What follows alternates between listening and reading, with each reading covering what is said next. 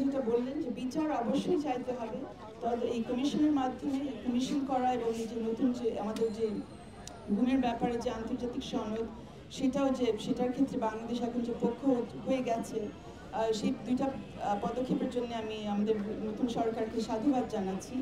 কিন্তু পাশাপাশি এবং তারা যে প্রক্রিয়ার মধ্যে গেছেন সেটা হলো তদন্ত করা হবে, তথ্য সামনে আসবে, তদন্তের ভিত্তিতে বিচার হবে এবং অন্যান্য ধরনের ব্যবস্থাও নিতে হবে। আমাদের স্মরণ করতে হবে যে আমাদের দেশের মাটিতে কী ধরনের গুরুতর অপরাধগুলো করা হয়েছিল, কয়জনকে নিয়ে, কাদেরকে নিয়ে, কিভাবে এবং কারা এটার জন্য দায়ী ছিল।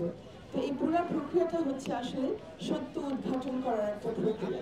সত্যটা বের করতে হবে, জানতে হবে আমাদের কি হয়েছিল।